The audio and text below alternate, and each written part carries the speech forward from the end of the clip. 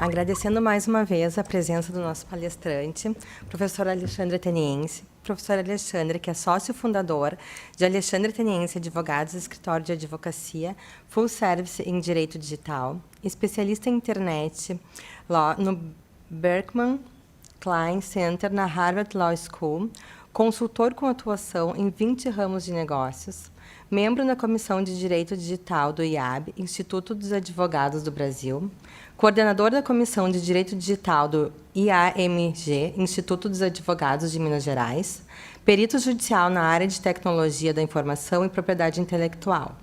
Professor, por favor, a palavra é sua. Muito obrigado. Bom dia a todos. Acho que já é boa tarde, né?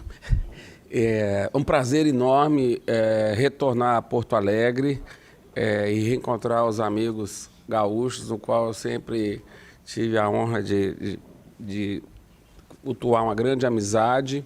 Amizade essa que vai muito além do presidente, mas já também do nosso querido Cláudio Lamarck, que muitas vezes me prestigiou, chamando para poder participar aqui de eventos do Congresso Estadual da OAB. Gostaria de saudá-lo em nome de todos os componentes da mesa e uma breve fala.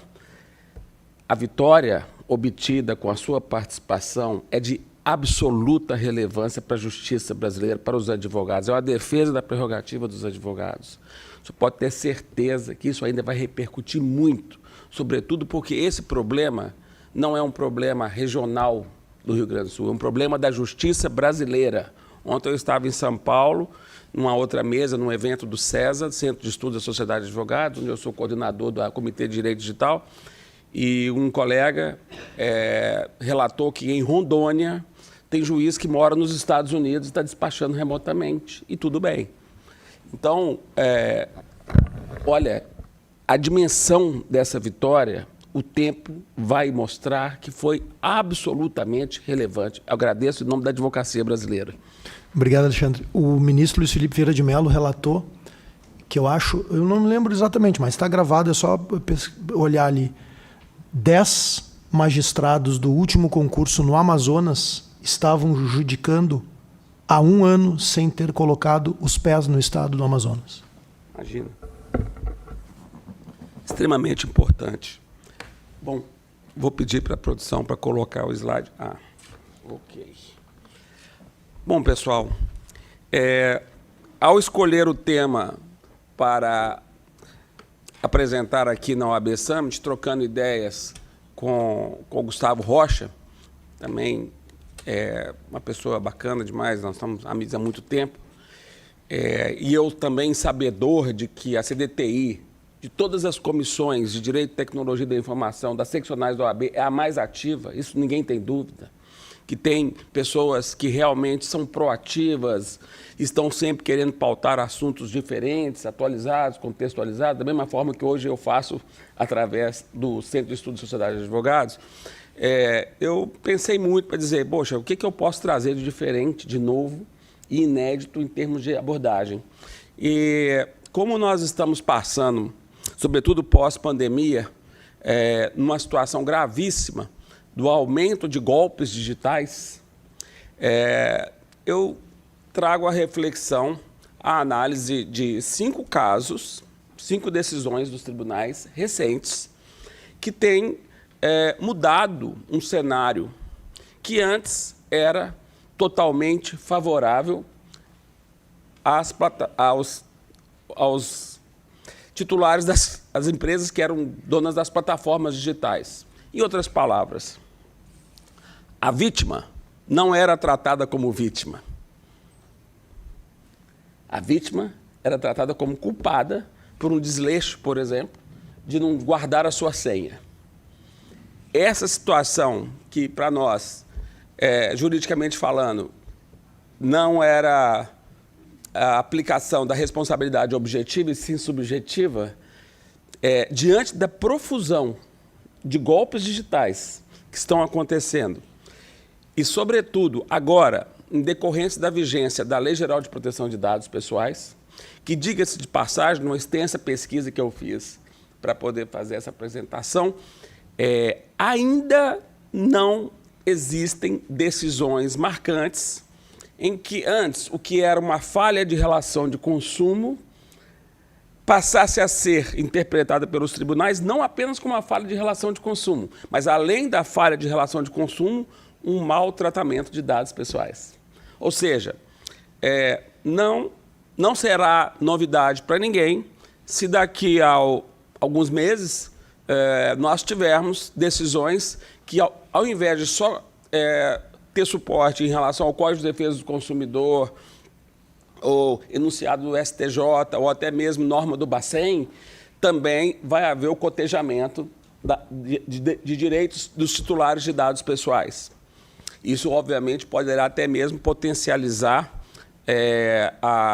o alcance do dano ocorrido.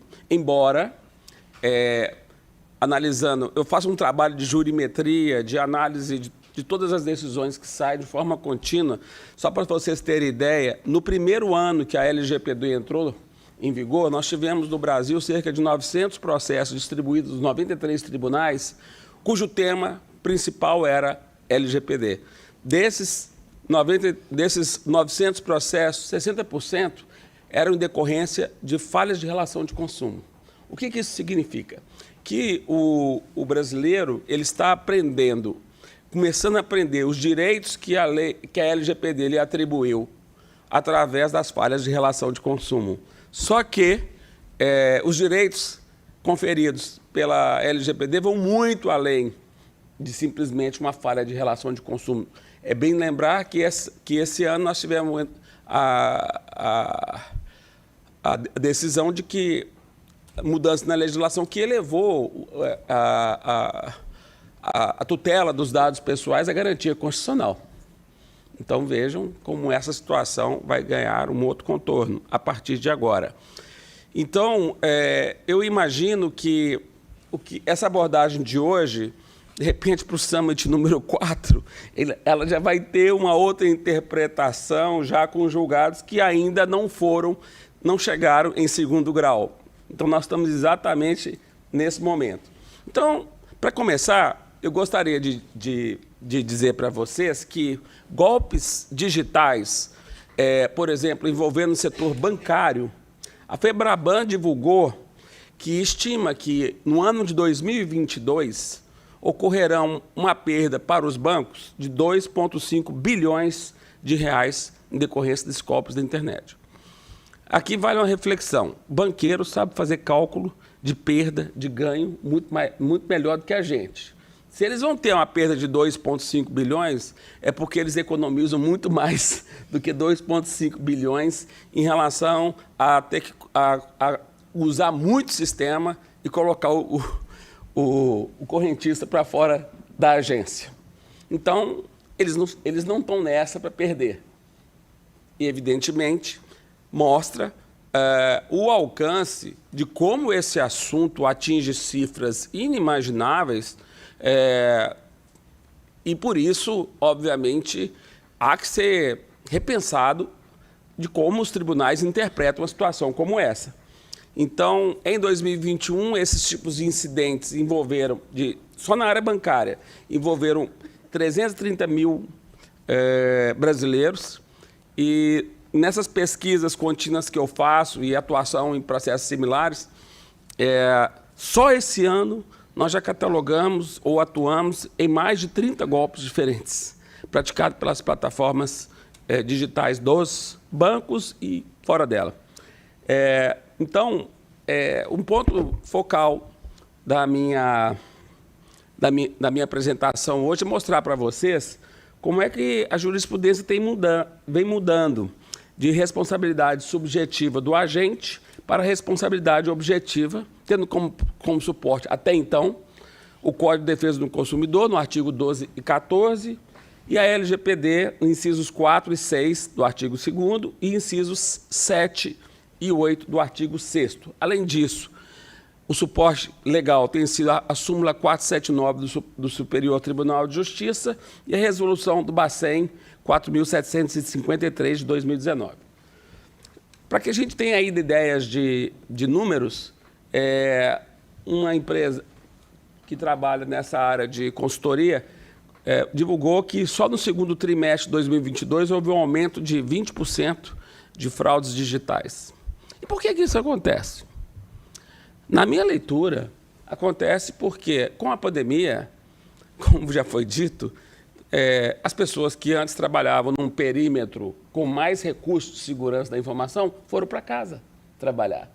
E os hackers descobriram o seguinte: então um ponto vulnerável agora vai ficar muito mais focado na residência das pessoas e não no ambiente corporativo. E com isso as fraudes começaram em profusão, porque nem todo mundo tem o conhecimento tecnológico, não há proteção de segurança da informação no ambiente doméstico e, consequentemente, os valores vão ser mais facilmente subtraídos e os golpes terão mais sucesso. Em um outro estudo de uma empresa norte-americana, também envolve a questão dos criptoativos. No período de 2018 a março de 2022, vejam, no ano de 2021, no mundo inteiro, foram registrados cerca de 680 milhões de dólares de fraudes com uso de criptoativos. Bitcoins, Ethereum, essas moedas. E esse ano, só no primeiro quadrimestre, já tinha chegado a 329 milhões de reais.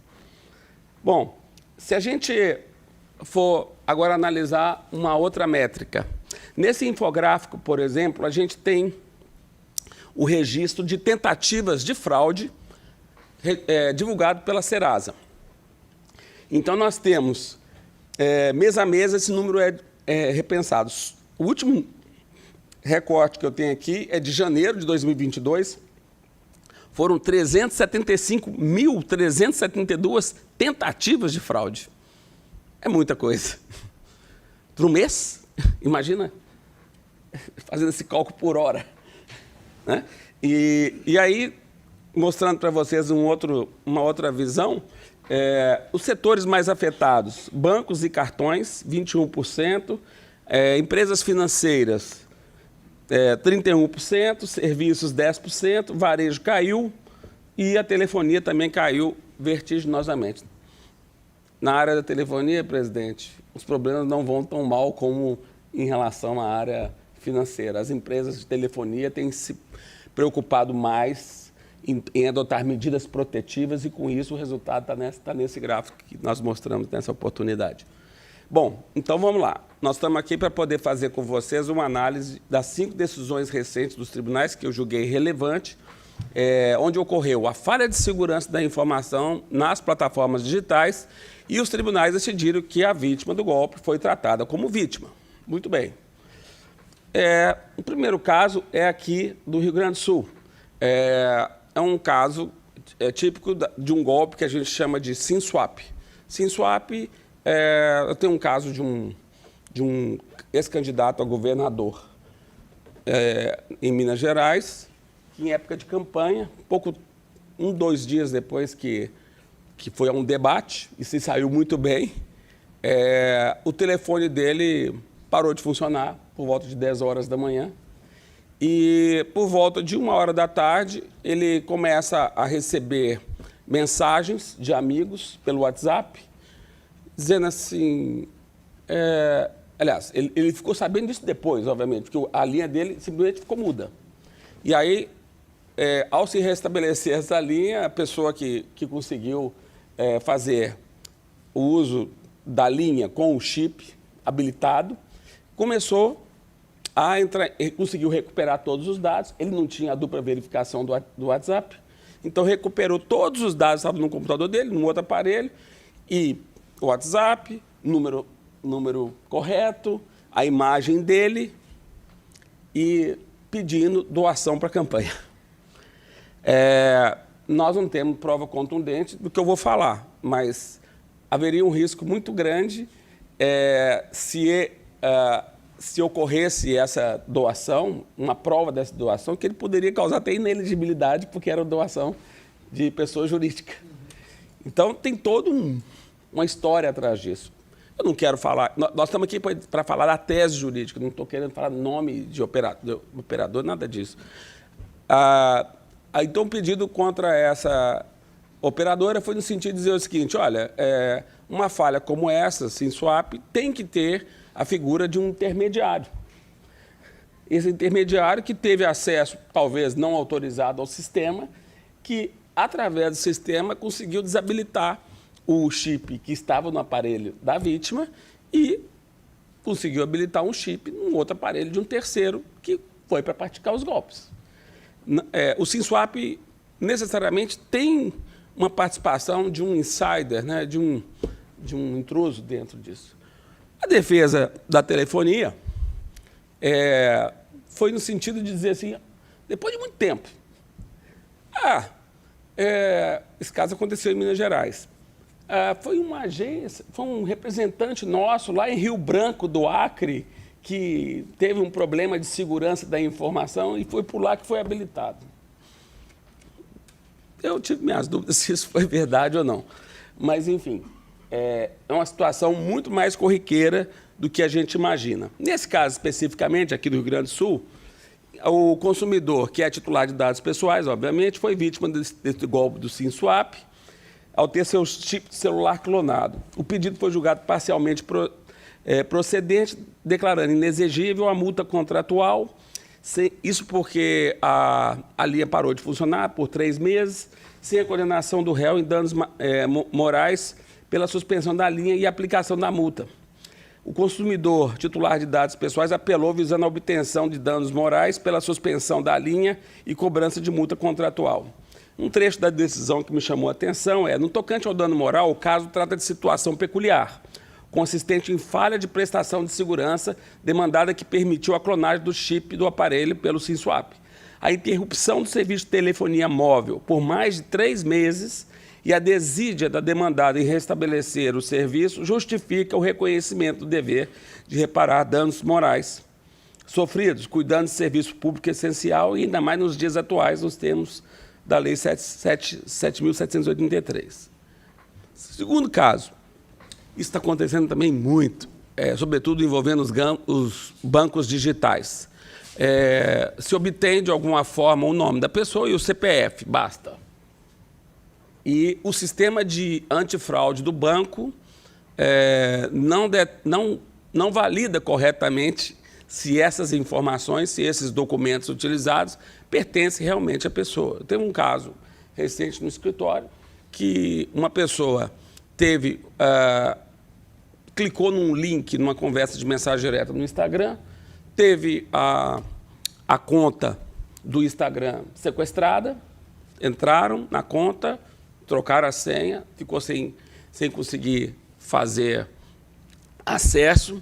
O golpista começou, ato contínuo, a publicar no Stories do Instagram várias fotos de produtos eletrodomésticos a preço de banana.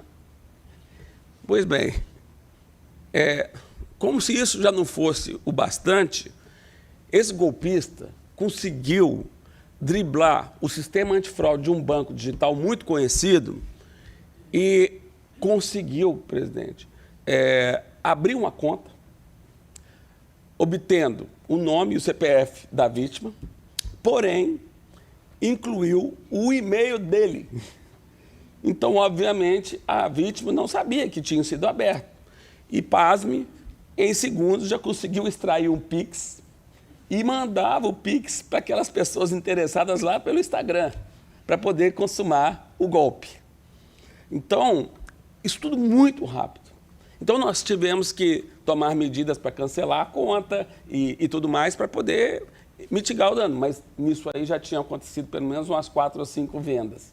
E é assim que acontece, né? Então, nesse caso de São Paulo, as fraudes envolvendo abertura de contas facilmente, porque nós temos uma resolução do Bacen que torna possível, todo mundo sabe, abrir conta pelo celular.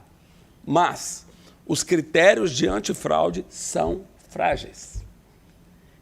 O sistema de antifraude não tem uma certeza. Mas como é que o banco, então, faz isso? Faz isso porque, como eu disse, ele sabe fazer conta melhor do que a gente para não perder dinheiro. Se eu vou pegar um banco digital desses, vão ver quantas contas você abriu hoje. Nossa, um número absurdo, que nunca eu conseguiria abrir tanta em relação ao mundo presencial. E, por esse motivo, banco risco. quantos reclamaram? 1, 2, quantas contas eu abri? No final das contas, conta de padeiro vale a pena, porque quem vai tomar essa iniciativa, muitas pessoas não sabem nem como agir, nem como dar o primeiro passo, e por isso aceitam, porque quem vai à justiça e reivindica corretamente é um número, para eles, desprezível. A vítima de fraude por estelionatário que abriu conta bancária em seu nome, valendo-se de documentos falsos para receber valores oriundos de outras práticas delituosas. A existência da conta só foi descoberta pela vítima quando intimada para depor na condição de um investigado em procedimento criminal. Estelionatário. A vítima teve sua liberdade ameaçada em razão de crimes nunca antes cometidos. Aí o trecho da decisão. Olha que interessante. A abertura da conta bancária mediante fraude enseja responsabilidade objetiva, esse é o ponto, do recorrente, conforme orienta a súmula 479 do STJ. Acrescenta-se que a responsabilidade do apelante está inserida na teoria do risco do empreendimento, não podem as instituições financeiras deixar de serem responsabilizadas no caso da ação de fraudadores, obviamente porque o sistema de antifraude do banco falhou. Pois se trata de fortuito interno, relacionado diretamente à organização da empresa, de maneira que é impertinente a alegação de ilegitimidade passiva alegada pelo banco.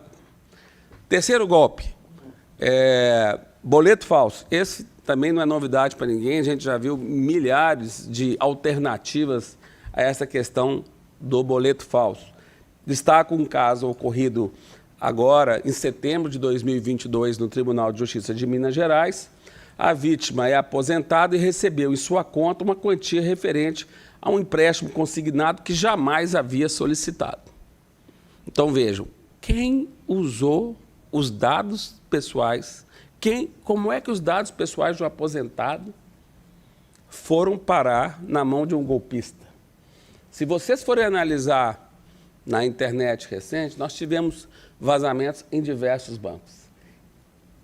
Eu não vou citar nome de novo, mas teve um que foi penalizado, inclusive, em 8 milhões de reais pelo vazamento de aproximadamente uns 50 mil dados pessoais, titulares de empréstimo consignado. Ou então, simplesmente faziam a análise que, pela idade que a pessoa tinha, poderia ser um aposentado. E começaram a fazer esse tipo de situação. Utilizavam os dados dessa pessoa, o seu CPF, e simulavam que havia realizado um empréstimo consignado. A vítima procurou o banco, onde recebe seu benefício de aposentadoria, e foi orientada a procurar o banco depositante dos valores. A vítima entrou em contato com a instituição via internet e foi orientada a guardar o boleto do estorno para estorno do valor. O boleto foi recebido e pago pela vítima, daí o golpe consumou. A instituição fez contato informando que não recebeu os valores. Boleto falso. A sentença julgou parcialmente procedente os pedidos iniciais para declarar a inexistência do contrato de empréstimo. A instituição recorreu, contudo, o apelo não foi provido por aplicação também da responsabilidade objetiva presente no artigo 14 do Código de Defesa do Consumidor. Um trecho interessante da decisão. A responsabilização do fornecedor de produtos ou serviços ofertados no mercado de consumo é lastreado no risco da atividade e não da culpa da vítima. Essa é a grande mudança que está acontecendo. Se vocês forem pegar decisões anteriores, de 5, 6 anos atrás, culpa exclusiva da vítima. Era tudo que acontecia. Então vejam que o sinal de mudança está nesse ponto. E esse ponto de virada, ele vai estar potencialmente maior na medida que a gente tiver, daqui a pouquinho, futuro próximo, decisões que vão estar lastreadas na LGPD. Porque isso aqui é mau uso dos dados pessoais, ninguém duvida. Então, obviamente, o dano pode ser potencializado. Eu gostaria de abrir um parênteses em relação a isso, porque nesse estudo de jurimetria que faço, um dos pontos controversos que existem é saber se, nas decisões atuais, onde há processo de LGPD, é de saber o seguinte, os tribunais, como é que eles estão decidindo a esse respeito em relação ao seguinte, basta que a vítima noticie que foi alvo de um golpe ou é necessário que haja a comprovação da extensão do dano. Né? A maioria está entendendo que é necessário comprovar a existência de um fato externo ao próprio incidente que teria sofrido a partir de uma falha de segurança para comprovar a extensão do dano. Diria que, num percentual de 100%, 60%, 70% está favorável a que tem que comprovar a extensão do dano, né? A teoria do in re ipsa, e outros dispensam isso. É uma situação controversa, dependendo de jurisprudência, uma forma bastante casuística de análise para saber se os tribunais efetivamente vão por um caminho ou por outro. Né? Nesse caso aqui, foi concluído que houve a intenção do fornecedor ou também a sua negligência.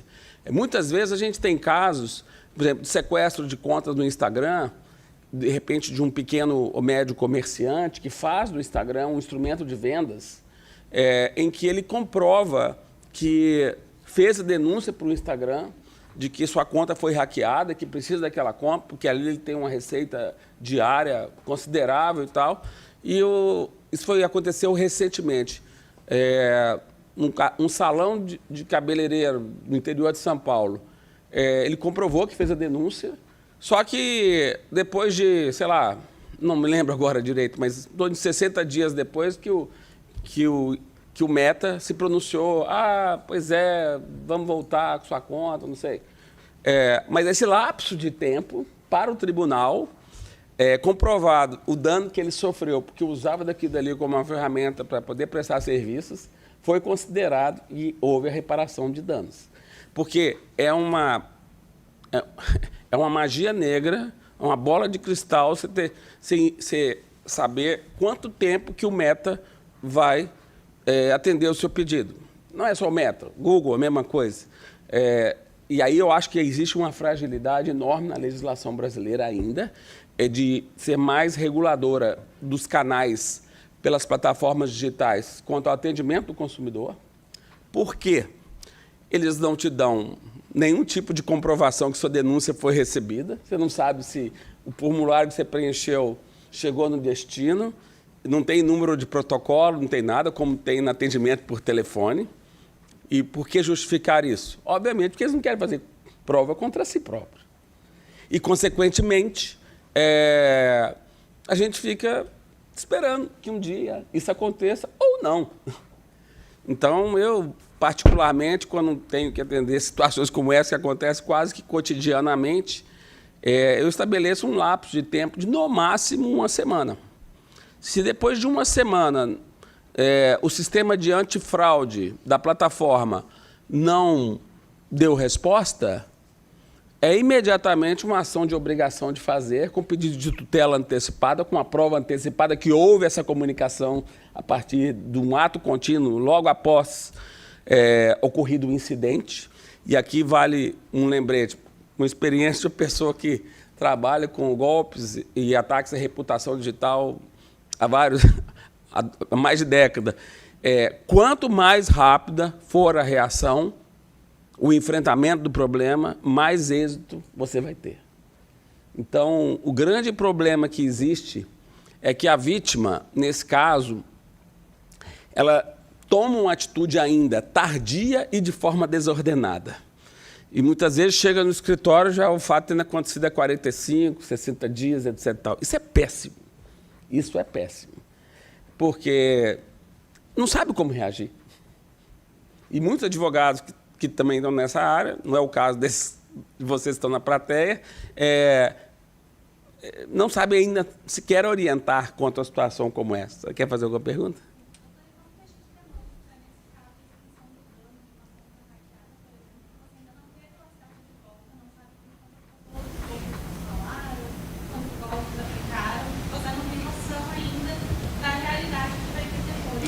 Como é que se chama? Gabriela, excelente pergunta.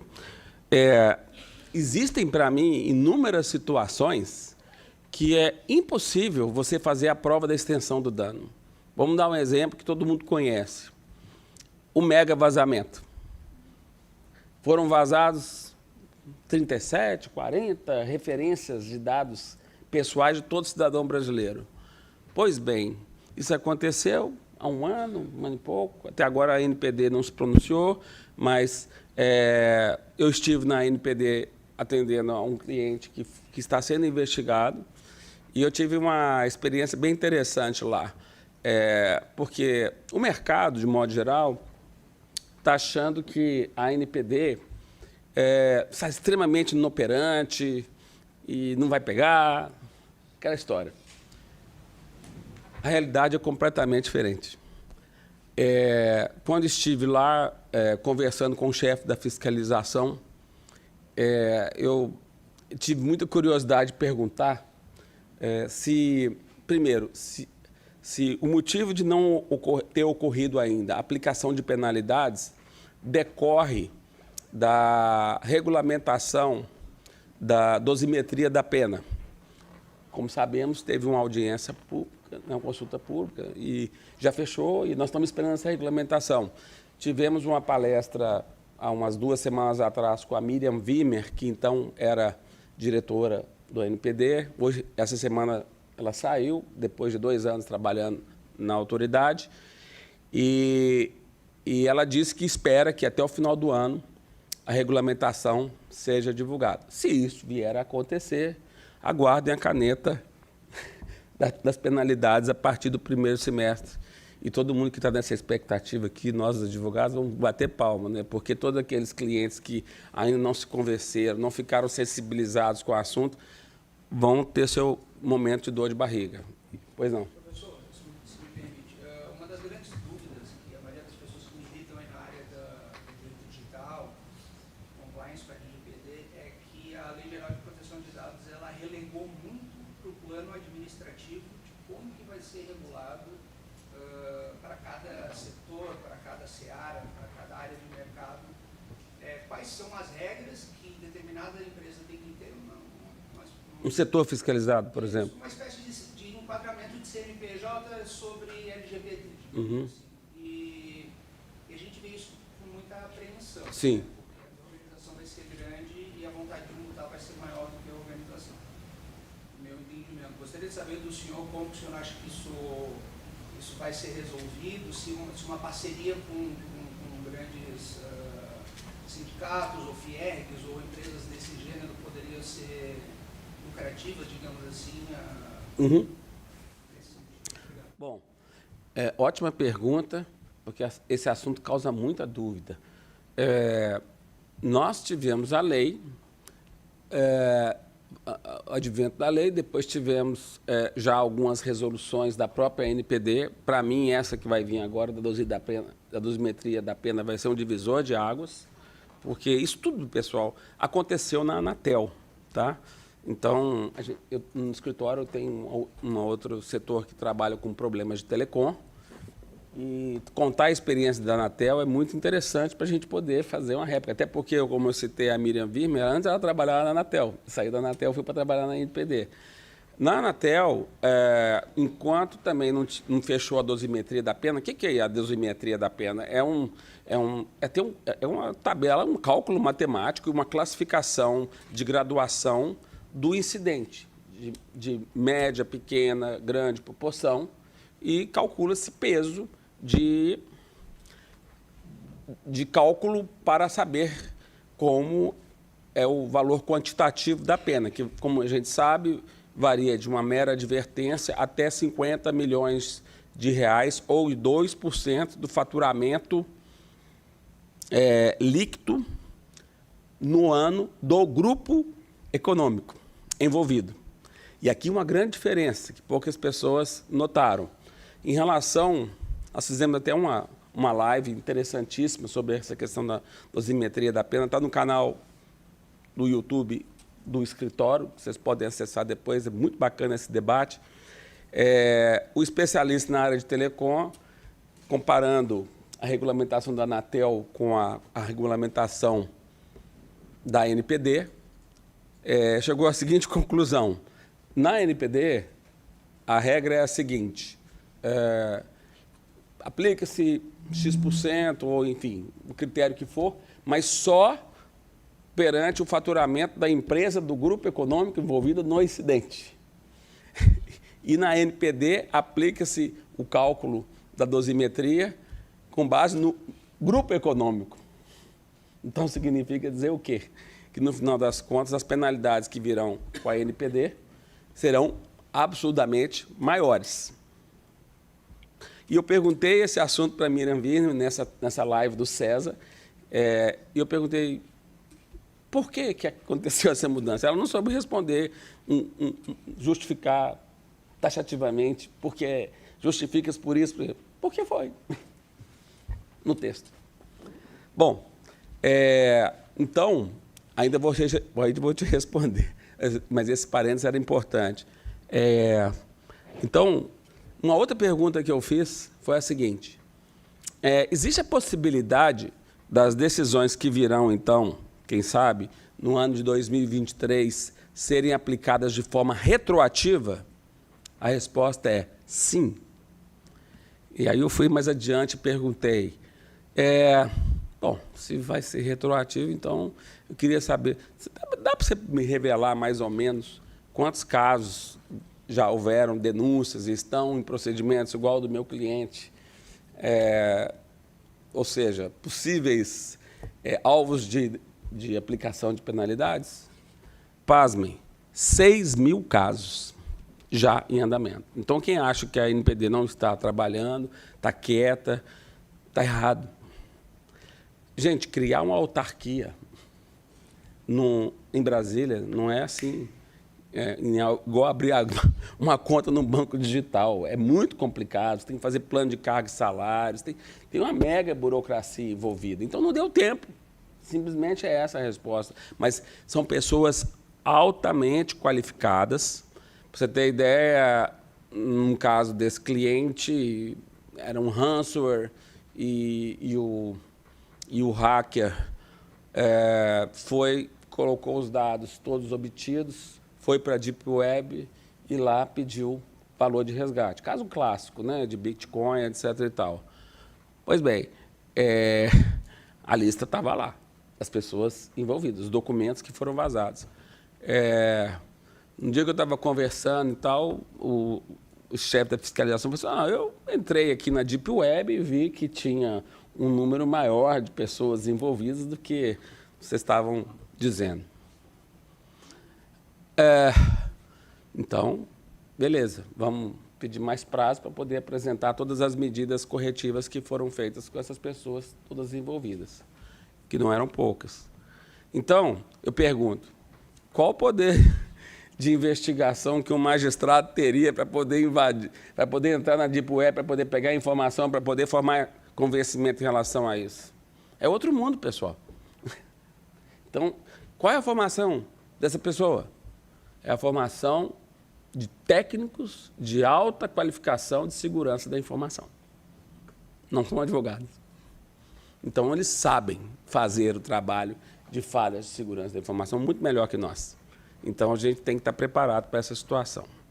Mas agora, voltando à sua pergunta, me desculpe.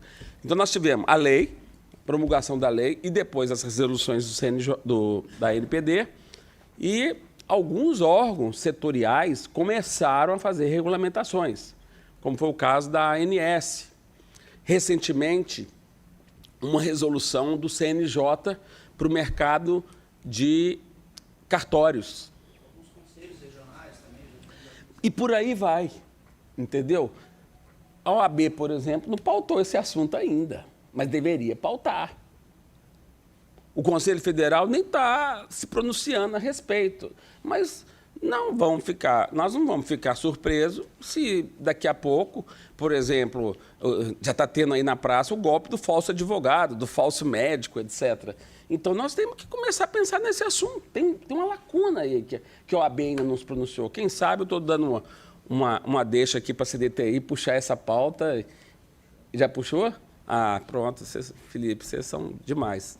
Realmente, isso aí tem que, no futuro, sair uma sugestão de regulamentação porque pensa da seguinte forma: existem vários órgãos setoriais que têm órgãos fiscalizadores. Então, cumprem a esses órgãos fiscalizadores regulamentar a LGPD dentro dessa categoria.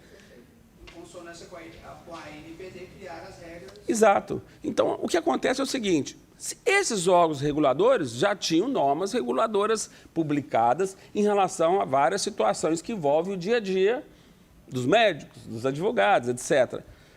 Como a gente sabe, nenhum contrato de prestação de serviço que existe no Brasil até então tinha uma cláusula para poder regulamentar a situação do tratamento de dados pessoais. Ora, por quê? Porque isso não causava dano. Era uma má prática. Agora, as boas práticas ou as más práticas se tornaram obrigações legais, sujeitas a sanções pesadas. Então, por isso é que a gente vai ter essa etapa daqui a pouco. É só uma questão de tempo. É esse o cenário que eu vejo. Bom, aqui ainda voltando a esse caso, que eu abri um parênteses aqui, é importante destacar que, embora, olha só, a fraude, desse caso do aposentado, do empréstimo consignado, embora a assinatura constante nos aludidos termos de adesão seja até semelhante no documento anexado ao feito, o autor contestou sua autenticidade, pelo que, em se tratando de documento particular, em razão do artigo 429, item 2 do CPC, competia a ré, banco, o ônus de comprovar, via perícia grafotécnica, sua veracidade, o que não logrou. Isso poderia ter também ser feito em assinatura eletrônica, o procedimento seria um incidente de falsidade de documento, que teria uma perícia técnica para poder apurar eventual fraude numa assinatura eletrônica. Então, se o banco não foi por esse caminho, não logrou êxito de fazer, eis que sequer requereu a produção de tal prova. Pois bem. Agora, para terminar... Não, essa é a quarta ainda. Fraude de home banking. Essa é a, vamos dizer assim, a top de linha, né? O que mais acontece? Gente, eu escolhi uma decisão, mas se você for analisar as decisões de registro, são N alternativas. Eu tenho casos assim, de que a pessoa, um cliente era alto investidor da Bolsa de Valores de São Paulo, um senhor já de idade. Olha que caso interessante. E essa pessoa, de um dia para o outro, recebe um e-mail dizendo que você abriu sua conta no Nubank. Ele falou, opa, Nubank não o banco, Nubank no Investimentos, que é a corretora. Nós estamos falando só de Bolsa de Valores nesse caso. Eu nunca abri, e estou vendo aqui que, inclusive, quem abriu usou um e-mail que eu nunca vi falar na vida. Estranho isso. Procurou, e aí, não sei se vocês conhecem como é que funciona a logística dessas situações, dessas corretoras de valores de bolsa, mas é assim, todas as corretoras de valores, elas são obrigadas a fazer um espelhamento de todos os investimentos que cada titular tem com um portal maior, chamado B3. Então, o B3 é consolidador, é como se fosse o Cadastro Nacional dos Advogados. O Conselho Federal não mexe nessa informação, que a seccional da OAB do Rio Grande do Sul é que tem legitimidade para poder alterar, incluir, excluir qualquer dado de advogado. Lá é a mesma coisa, só que em relação a posições de investimento.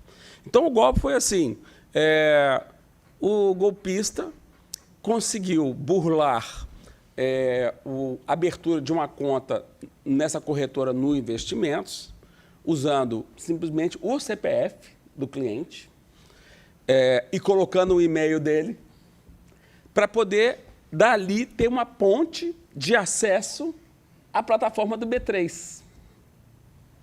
E aí? Qual foi o dano causado?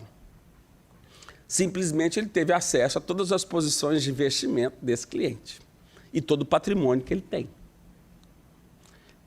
Esse senhor, já de idade, não mora mais em São Paulo, mudou para o interior de São Paulo, num condomínio de alto luxo, porque morre de medo de acontecer um sequestro, alguma coisa com a família, por causa dessa vulnerabilidade toda. Anda com carro blindado, aquelas coisas todas que acontecem em São Paulo. Então, veja, nesse caso, Gabriela, em relação à questão do mega vazamento, tem toda correspondência. Por quê? Vazou o dado. até quando nós vamos ser refém de um eventual golpe que vai acontecer? Até sempre. Então, como é que a gente vai conseguir fazer a comprovação da extensão do dano? Ah, mas não aconteceu ainda e tal. Tá bom, mas a gente vê, de vez em quando, algum golpe aqui, acolá, etc. Tal, por causa do mega vazamento. Então, é um dano que não se consumou, mas, para mim, só o fato de ter vazado já é dano. Porque, não sei se vocês têm uma experiência de caso concreto, assim, mas acompanhando diversos golpes que acontecem, muitas vezes o hacker ele se instala dentro da rede ou do ambiente, de um perímetro protegido de uma empresa e fica lá, assim, meses, sem fazer nada. Por quê? Porque ele está pensando qual que é o meio mais adequado para poder consumar o golpe com maior valor e com menos vestígio. Então, por isso é que os tribunais ainda têm que entender que nós, todos brasileiros que estávamos envolvidos em relação ao mega vazamento, se amanhã a gente notar que alguma coisa aconteceu numa situação no qual a gente não tem nenhuma relação direta, nós temos que invocar uma situação como essa, porque é notório que todas as pessoas foram envolvidas em relação a isso, num período sem teto limite de risco. Percebam? Então, vamos lá, no golpe de home bank. Esse aqui foi muito interessante também. Era uma escola, esse foi um caso meu, inclusive, uma escola de ensino infantil, crianças assim de até 8, 10 anos, que devido ao negócio, demandava alto giro, fluxo de caixa. Em função dele, tinha uma relação próxima de um banco. Em diferentes momentos, a vítima fez contrato do banco para poder informar problemas no aplicativo. A mesma sempre foi informada que tratavam só de meras falhas temporárias. E aí, num determinado dia, a vítima recebeu um contato no telefone da escola, chamando-a pelo nome e orientando para poder ir num caixa eletrônico para poder habilitar o ID, né, a identidade, através do caixa eletrônico. Em seguida, perdeu o acesso ao aplicativo. Vamos lá. Acho que não. Dá uma travada aqui.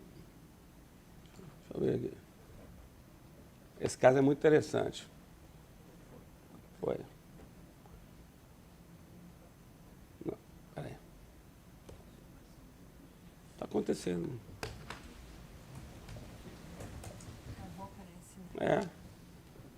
Não é? Eu tenho que voltar uns slides aqui. Não é? Invadiram. Não estou sabendo. Produção, tem algum acesso seus aí também, não? Tá legal. Mas então eu vou falando a respeito desse assunto. A história finaliza assim, ela perde o acesso ao aplicativo porque passou a senha, imaginando que estava contactando com o banco, e agora vai. E aí, alguns dias depois, a gerente da conta recebeu o contato do setor de fraude do banco, informando que haviam sido realizadas 23 transações em um único dia, resultando num prejuízo de R$86 mil. Eu já tive caso de correntista que foi vítima, que chegou a R$1.200.000 removido da sua conta. Era só um investidor, ele não tinha conta bancária. O hacker invadiu e começou a tomar empréstimo. E isso deu um rombo de R$1.200.000. Por sorte, entramos com a medida e conseguimos uma tutela para que, de imediato, antes da instrução, o dinheiro fosse reposto na conta. Tal a prova antecipada robusta de que havia sido feito um golpe. Então, o banco lamentou os fatos, responsabilizou a vítima pelo ocorrido, clássico. A vítima fez diversas tentativas de solução, o banco chegou a estornar, olha que insensatez, R$10 mil, toma aí um troco. 10 mil, tá bom. A culpa era sua. Você que foi lá no caixa eletrônico, você passou isso, não pode fazer isso. Então, você não é vítima, você é causadora do incidente. Vale ainda destacar que agora vem um ponto interessante. Qual foi a estratégia? A estratégia foi a seguinte. Vamos olhar no contrato de abertura de conta corrente, qual era o limite que essa escola havia estabelecido como sendo que existem 2 limites do banco. Existe o limite por transação, existe o limite por transação por dia. Então, vamos ver como é que está. 10 mil reais e 20 mil reais. 10 mil reais para uma única transação e 20 mil para o limite do dia. Beleza. Espera aí, foram 23 num dia. 83 mil reais. Qual é a constatação?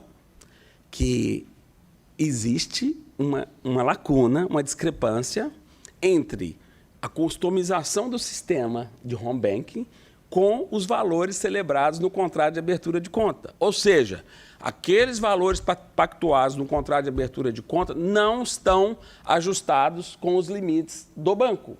E daí acontecem esses furos. Isso aconteceu, esse ano já aconteceu uns 5 casos, que sempre com essa estratégia de ter um total divergência dentro do contrato de abertura de compra, os valores de transação, com o que efetivamente se consumou através das plataformas digitais. É uma grande lacuna, uma boa estratégia para poder chegar nesse ponto. Então, moral da história, conseguimos não só o ressarcimento, mas também dando moral em cima. E também foi só por causa do incidente, não teve que publicar nenhum tipo de dano extrínseco em relação a isso. Aí vem a decisão. Contudo, nessa ocasião, os fraudadores obtiveram dados necessários para a realização das transferências bancárias fraudulentas. De onde é que saiu essa informação que ele sabia qual que era o nome da empresa, CNPJ e número de conta, essas coisas todas? Do banco. Uma vez que a operação realizada por meio de caixa eletrônico, na verdade, desabilitou o vínculo do seu aparelho celular e transferiu o novo ID criado por terceiros. Pois bem, saiu fora do esquema aqui. Golpe do motoboy, muito utilizado em São Paulo. Não sei aqui, possivelmente, né? Quando um começa a fazer, todo mundo faz.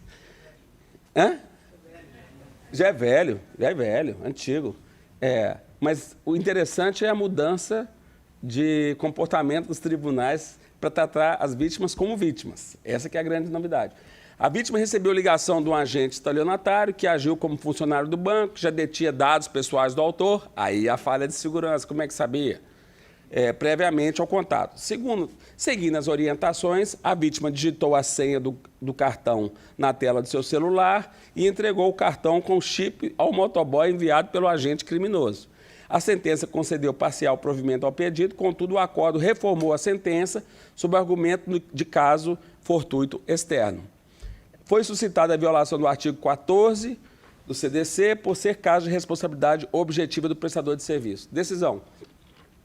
Notório, portanto, que a fim de imputar a responsabilidade das instituições financeiras no que tange a vazamento de dados pessoais, deve-se garantir que a origem do vazamento foi o sistema bancário, bem como observar se as devidas medidas protetivas quanto aos dados pessoais sob o domínio da instituição financeira foram adotadas.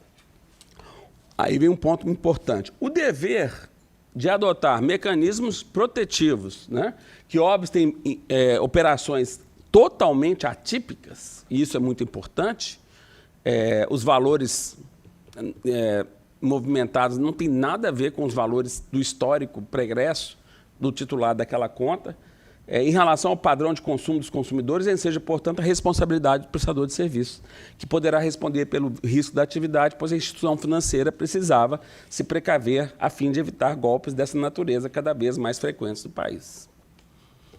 A vítima está sendo tratada como vítima. A instituição financeira recorrida admitiu que fosse aumentado o limite inicial do cartão de crédito por diversas vezes. Nesse período de 11 minutos, foram efetuadas 9 compras com o cartão do recorrente, que juntos supera R$25 mil, enquanto a média mensal na compra do recorrente era só de R$500. Foge ao padrão. Então, esse foi um fator comprovado. Outro assim depende dos autos que os valores, a frequência e o modo das transações realizadas no dia do estelionato, somado às diversas solicitações do aumento de limite de crédito, que queriam mais, revelam uma movimentação financeira indubitavelmente atípica quando comparada ao padrão de consumo do recorrente. Agora, novidade final. Estou chegando no final, pessoal. Vocês estão guerreiros aí, porque deve estar todo mundo morrendo de fome. Mas isso aqui é para fechar com chave de ouro esse assunto. Notícia publicada na Folha de São Paulo há 2 dias atrás. Novidade. Bancos devem ressarcir cliente por golpe do Pix. Entende o Tribunal de Justiça de São Paulo. Qual que é a grande relevância disso? É que o Tribunal de Justiça de São Paulo, pela primeira vez em qualquer tribunal do país, baixou 3 enunciados favoráveis às vítimas em relação a golpes digitais. A justificativa foi a seguinte, que no passado já até existia súmula do STJ, etc., mas em relação a transações financeiras, não tinha especificamente um alcance, como está tendo agora, para poder ir além para proteger a vítima quanto a golpes digitais. Essa que é a novidade. Então, eu trouxe para vocês aqui esses 3 enunciados. Enunciado 12. Nas hipóteses de fraude mediante pagamento de boleto falso com pagamento a destinatário distinto do legítimo beneficiário, o ressarcimento só é cabível mediante a prova de direcionamento do lesado ao fraudador por preposto ou pelos canais de atendimento bancários, ou seja, quando for gerado por fortuito interno, devendo ser aferida a eventual concretização do dano moral em cada caso concreto. Então, está aqui uma alternativa para o golpe do boleto falso. 13, relação ao golpe do motoboy. Em caso de fortuito interno, a instituição financeira responde pela indenização por danos materiais quando evidenciada a falha de prestação de serviço, falha de segurança, bem como desrespeito ao perfil do correntista. Aplica-se as súmulas 297 e 479. Bem como a tese relativa ao tema repetitivo do 466 do STJ. A instituição financeira responderá por dano moral quando for provada a violação de direito de natureza subjetiva ou imaterial. E finalizando, em relação ao golpe do Pix, na utilização do Pix, havendo prática de delito ou fraude por terceiros, em caso de fortuito interno, a instituição financeira responde pelas indenizações por danos materiais e morais quando evidenciada a falha de prestação de serviço. Nesse caso, uma abertura de conta com CPF, uma mudança de padrão, tudo envolvendo o golpe do Pix. Falhas na segurança, bem como desrespeito ao perfil do correntista aplicável à súmula 297 e 479, com uma tese relativa ao repetitivo 466, todas do STJ. Então, como vocês estão vendo, por essa notícia recentíssima, pode ser esse um caminho para outros tribunais repetirem algo parecido ou até mesmo estenderem, porque, na verdade, eles trataram aqui de 3 golpes, mas, como eu falei, são 30. Então, tem muita lacuna ainda que precisa ser explorada. Eu espero que vocês tenham gostado dessa apresentação, da mesma forma como eu me entusiasmei para poder me preparar e fazendo essa pesquisa para vocês nesse tema. Gostaria de convidá-los para entrar no site do escritório, alexandreteniense.com, e lá nós temos uma newsletter, temos aqui um leitor da newsletter, que quanto mais... eu chamo a atenção para essa newsletter porque nós estamos com um serviço de curadoria novo, muito interessante, são pessoas que trabalharam na coluna Radar da Veja, e a gente tem robôs que pegam informações diárias, em tempo real, de tudo o que acontece de incidente, de golpes, ataques à reputação, LGPD, essas coisas todas. Então, é uma newsletter quinzenal, gratuita, obviamente. Basta só entrar no site, cadastrar o e-mail, e aí tenho certeza que vocês vão continuar seguindo comigo esses temas e que ainda muita coisa haverá de acontecer. Mais uma vez, muito obrigado ao OAB do Rio Grande do Sul. Vou agradecer na pessoa do presidente da CDTI, Felipe, e contem sempre comigo. Esse assunto não se esgota aqui, sigam pelas redes sociais, e de maneira que a distância geográfica para nós não significa absolutamente nada. Nós estamos distantes sempre por um clique. Muito obrigado.